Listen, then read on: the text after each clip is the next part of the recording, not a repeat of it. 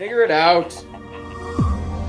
Hello, this is Adam Koralik from Figured Out Productions. The following video is a video of some kind, and I hope you enjoy it. Hey guys, it's Adam here, and today we're going to be talking about the original Xbox, and for that purpose I have a nice, pretty Canadian exclusive blue Bell one. It's not the same as the Japanese Dead or Alive 2 blue one. Not that that really matters, it's just there for cosmetic purposes. But yes, today we'll be talking about the original Xbox. Specifically, ultimately what we'll be talking about is this. This is an adapter made by Chimeric Systems for the original Xbox that gives you HDMI output, and it is supposed to be amazing. Before we get into the actual device itself, which you can see is still sealed, I haven't even opened it yet, I want to talk a little bit about some of the video quality options we've had before and why it might be necessary to upgrade to something like this.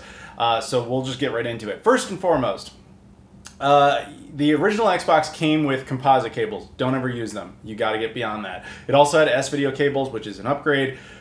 You don't need that either. This is 2020, the worst year ever, but you don't need that. We don't make it worse by sticking with that kind of thing. Upgrade. Now, this is where it starts to get a little divisive based on the region you're in. So first, let's just get this out of the way. If you are in Europe or in Australia, your system is going to be slightly different because, like all consoles, for some reason, there's always these oddball quirks that you need to know. In the case of the original Xbox, there's a few. With the original Xbox in North America and Japan, out of the box, it supported 480i, 480p, 720p, and 1080i, depending on the compatibility of any specific game. For whatever reason, in Europe and Australia, the PAL territories, Microsoft just disabled the high-resolution mode, so you were locked at 480i. Now, that's actually relatively easy to fix. All you have to do is modify the console if you're in those regions. And modifying an original Xbox is famously easy. So I highly recommend doing that so that you can proceed along for the higher resolution options that I'll continue to talk about. However, if you're that guy who's somewhere in Europe or somewhere in Australia who's just like, I'm not willing to modify my Xbox, what's my best choice? That's going to be an Xbox SCART cable. At least then you'd get RGB out of it, but I don't actually recommend doing this. It's just the best of a lot of bad options. So there you go. Now, for the rest of us, let's move on. For North America, that limitation is not a problem. There's only really one limitation when it comes to the original Xbox in North America that you need to pay attention to, which is what version of the console do you have? Do you have, I think it's 1.2 or a 1.4? Now, 1.4s typically create problems when it comes to some of these adapters. I think it's because they don't output enough power, so the video signal can typically be more degraded. This is somewhat fixable on some of these devices. Like, for example, the Pound cable has a USB port that provides a little bit of additional power to try and make up for it. But as a general rule of thumb, try to get not a 1.4, and the best way to notice if you have one or not without taking it apart, typically any console made before 2004 is a safe bet that it won't be a 1.4. After that, you're kind of, you know, you'd have to look inside to really be sure, as far as I know. So keep that in mind. Now that we're past that, let's talk about our options. So like I said, Microsoft gave us 4 resolution options. 480i, which is the standard, when you turn it on, that's what it is. The menu actually is always in 480i unless you enable the high definition mode or high resolution mode, which if you have, you can press the right trigger and the thumbsticks all at the same time and the dashboard will appear in 480p, which is a nice little bonus. But otherwise, that's by default in 480i. There are some games that are locked at 480i and there's nothing you can do about it unless you have a modded console. A lot of those locked games actually have patches to at least get them to 480p, which is nice. However, there's a whole plethora of games that natively support 480p resolution and natively support 720p resolution. There's only like 5 games on the original Xbox that support 1080i, most notably Enter the Matrix. However, personally, I don't really recommend ever running games in 1080i because while the resolution is bigger, because it's interlaced, in my opinion, the choppiness of that looks a lot worse. So, general rule of thumb, you have any of the high definition options, set your console to 720p and just leave it that way. If you have it that way, if the game supports 720p, boom, you're good. If it supports 480p, boom, you're good. If it only supports 480i, boom, you're good. And if it's one of the ones that supports 1080i, it'll still run it in 720p. So I just recommend doing it that way. That, and it'll also be compatible with things like the M Classic or M Cable or whatever you want to attach it to, whereas the 1080i output would not be. So that's just my opinion. Now, natively, Microsoft gave us an option with Component, and then they gave us their own version of that, which is the Xbox High Definition AV Pack. This is, according to Microsoft, the gold standard of what to do with the original Xbox. It is actually quite good. Now, if you want to stick with Component, Obviously, that is a choice, and this is the best version of that. The alternative would be something like this. This is the monster cables for the original Xbox. These are also quite good. Now, if you're sitting there thinking like, yeah, but those are like rare and expensive, which is true, I'll go to Amazon. They got Xbox component cables for like $7.99, dumbass. I'll just get that. It's way cheaper. Yeah, you could do that, but there's a reason they're cheaper. They're crap. The video quality from those things was nasty. Like years ago, I was looking into a lot of them, and they're really, these are the only two good ones. Just trust me on this. The other ones are just really, really bad. The color degradation, the image sharpness, like it all just drops. There's a reason they're cheaper. It's not like the GameCube component cables where they were essentially proprietary because of a unique chip on them. At least for a long time, they were proprietary. These weren't, so anybody could make them, and there was no standard for how well that content was produced. So I really only, if you're gonna stick with component, this is the way you want to do it. But I really don't recommend sticking with component because it's not really future-proofed. So you might be thinking, okay, well, I have one of those. I'm gonna get like a component to HDMI converter. You can do that, although to this day, I am yet to ever find one that I'm satisfied with. There's a lot of cheap ones. They don't do a good job. And then even high-end solutions like the FrameMeister, I've found going component to HDMI, not really. Nobody seems to do a good job with that for whatever reason. I don't pretend to know why that is. My best guess is simply that component was just not around long enough as like the dominant cable format that anybody bothered making high-end solutions for it. So what that means is there's a couple of consoles throughout history that were kind of locked at, you know, like we have to deal with. And that's basically just 5 of them. The new one, which obviously everyone cares about fixing the new one, the PlayStation 2, the original Xbox, the Wii, and the GameCube. Now, the new one actually I know you guys all know this, I don't even need to say it, but I'll say it for like the one guy out there who doesn't know how to hook up the new one in the best way possible. You have to take the RetroTink 2X Pro, sorry, with the component cables out of the new one. That's going to be amazing. I showed you guys that in a previous video. That's a perfect solution. PlayStation 2, I also recommend the RetroTink 2X Pro. With the Wii, that's a little difficult. There's obviously HDMI solutions for it, like internal ones. There's a bunch of cheap little dongles. I don't recommend those. Personally, I recommend using a Wii U, but a lot of people don't like that answer because they want to use the original Wii. But those are some of your choices. The GameCube, also perfect. Like, you know, the HDMI solutions that exist for that now are incredible. Highly recommended. Like not only onboard, you know, adapters that you like are built into the console, like boards, but there's also external adapters like the GCHD and so on. Those are fantastic. But for some reason, the original Xbox was kind of always left out of this. I never really understood what that was because there isn't a whole lot of people like collecting or caring about the original Xbox. So I've attributed it to that. But I was like, where is the original Xbox HDMI solution? Why is it so limited? And eventually we got one in the form of this. This is the Pound cable. Now, I did an entire video on the Pound cable. I'm sure a lot of you guys are familiar with Pound. The guys who run that place are very nice, but their products are just kind of meh.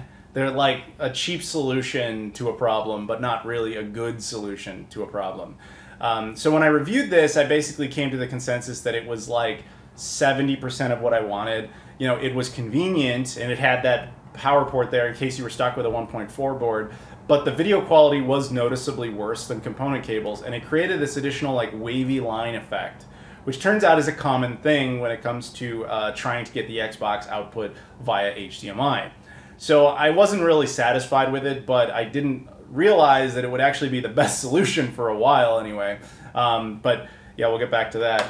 So eventually what happened is this came out. This is the Panorama by Hyperkin. I also did a video on this one. This one I was actually super excited about, and I remember saying this in the original video because Microsoft actually licensed this one themselves. They didn't make it, but they did license it. They authorized it for release. So unlike the Pound one, which is completely third party, Microsoft basically said, yeah, this is what you can use on your original Xbox. No. This one is actually worse than the Pound cable. This would, I don't remember all my reasoning for it. It didn't have the breakaway cable aspects, so you couldn't easily attach things like an M cable or an M Classic to it. It didn't offer any additional benefits. The video quality was on par, if not worse, than the Pound cable. So this was a huge disappointment. And I also got this one by Kaico Labs. This is another HDMI solution. This is basically just a clone of, once again, the Pound cable, so without the 1.4 compatibility feature. So it's just kind of nothing. So yeah, I was sitting there going like, wow, the pound one is still the best one, and it's really not anything I can really recommend. However, perhaps the time has changed. We have this. This is the, again, Chimeric or Chimeric original Xbox HDMI adapter. This is made by one guy who I think lives in like Albuquerque, New Mexico. Apologies if I'm wrong on that. But after I did some of these videos, everyone was telling me about this thing. They're like, you got to look into this. So I looked into it, and it turns out every one of these is like handcrafted by this one guy. He's super into the idea of making sure that the original Xbox looks as good as it can. So in this thing, you have a couple of unique features. The original Xbox had multiple sound output options. It had stereo, it had toslink capabilities, and it had, I believe it was Dolby Digital surround. However, all of these just support stereo. This one, however, supports all three, potentially. You have two choices when you buy one, which is toslink compatible or not. I got the not compatible version, and the only reason I did that is because you have to pay extra money for the toslink version, and I don't have a toslink set up anyway, so that would have been a pointless expenditure. But this would support the Dolby modes, but ironically I can't use it anyway because my particular setup wouldn't support that regardless. So I'll still be using stereo, but for those of you out there that really care about the sound aspect of it, know that this is already by default your best option. Now, he very specifically states on his website that it addresses the wavy line issues that have occurred with the pound cable as well as all the others, and everyone who I've talked to has one of these things just swears by it and says it is the best plug-and-play solution for the original Xbox. But we need to get this out of the way right now. There is an Xbox HDMI board coming by, I believe it's Dan Koons is the one actually making it. He made like the DC Digital, or formerly the DC HDMI. He had a hand in the GC loader. I've talked about a lot of his stuff on this channel before. Awesome guy. But he's making an HDMI board that you would solder into the console. It'll have two different versions depending on how you want to customize the back of your console. But I don't know how that'll compare to this. It's kind of a different animal altogether. But for as far as plug-and-play solutions goes, this should be the best. So I'm going to open it up right now, if I can. It didn't even occur to me to have any sort of like cutting tool near me, but yeah, that's fine. I can get right there, and there we drop it on the table. But there it is, the Chimeric, I'm going to call it that. It's got a 3D printed case, and it also has an LED on it to indicate power, and it just plugs into the back of the console, no problem, and then from there you would attach your HDMI cable. So in my case, I'll be adding an M Classic to it, and just really see what it does. Because even with the pound cable or any of these others, when I tested it with an M Classic, it was just like, wow, that's a huge improvement. If you're not familiar with the M Classic, I highly recommend go watch my video on that. But long story short, it's a device that basically cleans up the picture quality, enhances the resolution. It does a lot of awesomeness. But with the original Xbox, it can look amazing because that console's like tailor-made for the M Classic to be compatible. So the problem always was, though, that whatever you feed into the M Classic has to be good first for the M Classic to enhance upon it. Otherwise, you're just feeding it a bad signal. So at the very least, I want this to equate this, but with the convenience of HDMI. All right, so I've been using this thing for a little while now, and it's time for final thoughts. But before I go into that, just one small little addendum to the earlier part of the video. I believe I incorrectly said that PAL Xboxes run at 480i. That I don't think is true. I'm pretty sure they run at 576i, and I don't have one to test, so I assume it would work with this in 576i. The website does claim that it's compatible with all Xbox resolutions, but again, the guy who built them is in the US, I'm in the US, and we're just kind of assuming, maybe he's not assuming, but I'm assuming it does work just fine. But then again, if you're in a PAL territory, you should be modding your Xbox anyway, but just that's a small little thing, and doesn't affect North American users. So, onto the device itself. It's really good. It's really good. You have to remember, though, that the purpose of this device is not to enhance your Xbox experience. It's simply to make it look like what it's supposed to look like, which sounds like a really low bar, but the truth is, nobody else was doing that. You know, does it look as good as the Microsoft official component cables, yet is going through an HDMI port or not? It's just a simple yes or no. And the answer with every single one of these devices until the Chimeric or Chimeric one was no, they don't look as good. But the Chimeric, or Chimeric, I'm going to call it Chimeric. Chimeric one does. So yeah, it is a really solid, well-made device. I really like it. Now, from a technical perspective, I only ran into one issue with it. And I don't think it's the fault of the device, but it might be, or it's a fault of the console. Honestly, I don't know. But it's such a small problem, but I still want to tell you guys about it. So obviously this outputs an HDMI signal. Now, an HDMI signal from device to device is not always the same. The signal strength can vary. So something natively that supports HDMI, like a PS4 or an Xbox One, the signal strength that comes off is going to be much better than this, where it's just kind of a cobbled together signal that's basically meant to go straight from here to a television. Now, what I'm saying is, if you're playing your Xbox, you've got this, and you just plug it in your TV, you'll be fine. Not a problem. The problem enters when you have less HDMI ports available than you would like, and you need HDMI switch boxes, because the signal strength isn't necessarily capable of getting through those switch boxes in a stable manner. And if you take an extreme setup like mine, let me just go through my TV setup here. So I have my TV, right? It's got 3 HDMI ports on it. One is dedicated to a PC that's connected separately, so that's off limits. Then there's a second port that's always available just for hot swapping in case I need it. Then the third is responsible for every other thing. But there's like 15 consoles connected to that one HDMI port. How do you make that work? HDMI switch box. Now they don't make one that has 15 ports, so you need multiple HDMI switch boxes, which means you're going from console to switch box to switch box to TV. And that process, man, it's just not able to do that in a stable manner. At least this thing isn't. Now, it's not unique to this. I've run into this problem with a few other things. Things like the DC HDMI or the DC Digital can't really do it. The FrameMeister even can't do it. Then there's some that surprise you, like the GameCube options, like the GCHD or the HDMI Pluto board that you can install into a GameCube. That actually doesn't have any problems. Native HDMI stuff doesn't tend to have that issue, like the Xbox 360 or the Wii U or the Switch, or even things like the Retro USB or the Retro AVS, which is an NES FPGA clone. That doesn't have the problem with it. It's really just kind of stuff like this. Now, there is a Band-Aid solution to this that most people wouldn't like, but it was just something I stumbled across. So if you're running into this problem, I thought I would tell you what the option was. Imagine, if you will, when you were a kid, maybe you played with some like Hot Wheels or whatever, and you made those like racetracks for them. Maybe you had like one of those racetracks where it has like the little engine part, so you can put the car in there and it just shoots it forward. But you have this big track, and the car doesn't have enough energy to get through the entire track. So what do? You have to have a second little energy thing, like a wheel there somewhere, to boost it again so that it has enough strength to get around the track. That's kind of what this is like, except the little second thing you need is an M Classic, but off. So my setup goes original Xbox to HDMI switch to disabled M Classic. A disabled M Classic that's powered up but isn't on will not enhance the colors, it won't change the resolution, anti-aliasing, none of that stuff will happen. All it will do is act like that speed booster. It just sends the signal through, but better. And that'll shoot it over to the next HDMI switch, which then puts it out to the enabled M Classic, which again shoots the signal back to the TV, but also does the anti-aliasing and all that sort of stuff. So that's how it runs. Unfortunately, that means you need multiple M Classics for a setup like that, which is, again, not an ideal solution, but until I have either a 15-in-1 HDMI switch box or my TV magically sprouts more HDMI ports, I'm kind of without options. But for the majority of you, that would never really be a problem. My guess is if you're like, dude, I don't need that many consoles. If I was just like, hey man, I want an HDMI switch box with like 5 ports and 1 M Classic, is that good enough? I'm sure that would be fine. So that's a small problem. But it was the only one I ran into, which I guess is a good thing.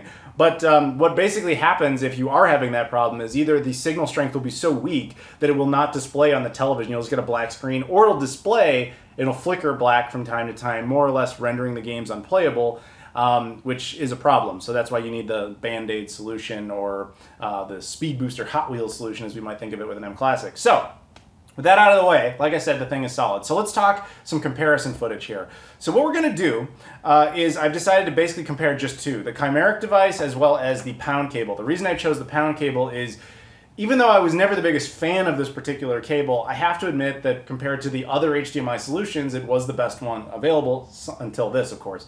So, and I feel like this is the one the majority of people would have bought because it was, I think, first to market, and it was also the most readily available.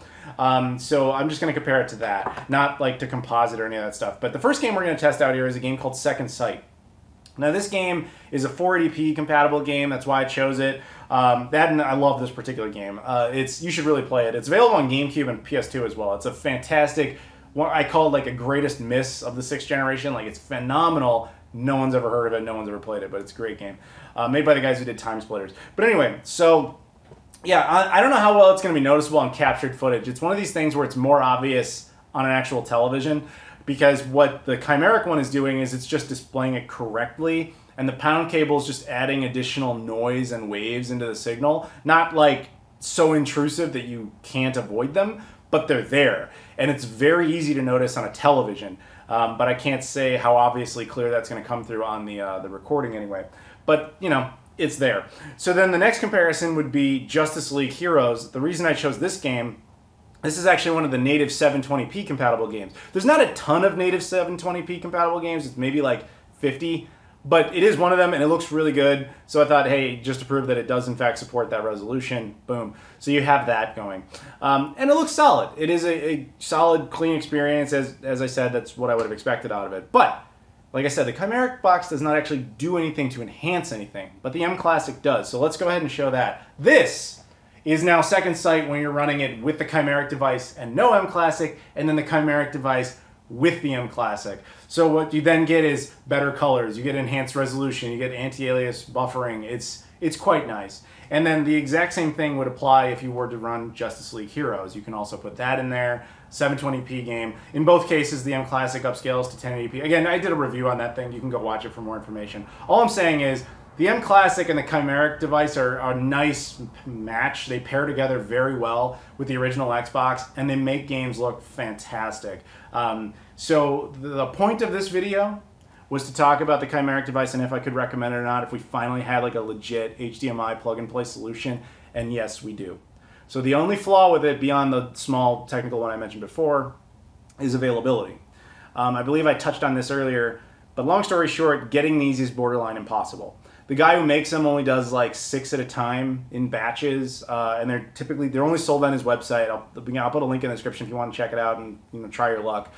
They typically go for sale on Sunday mornings. He tends to give you some sort of notice about like what day they'll be available, but they go in like minutes, if not seconds. I can't even believe I ended up with one, but I did. I got lucky enough. But that's the hardest problem with these things, is just finding one to buy. But if you can, it's good. I like it a lot, and I recommend it. So that'll about do it. So thank you very much, everybody, for watching. If you could please like, comment, and subscribe. Check out all the social media stuff in the description: Twitter, Instagram, Facebook, all that sort of stuff. I appreciate that. Patreon as well, if you're interested in that. Thank you very much, and I'll see you all later.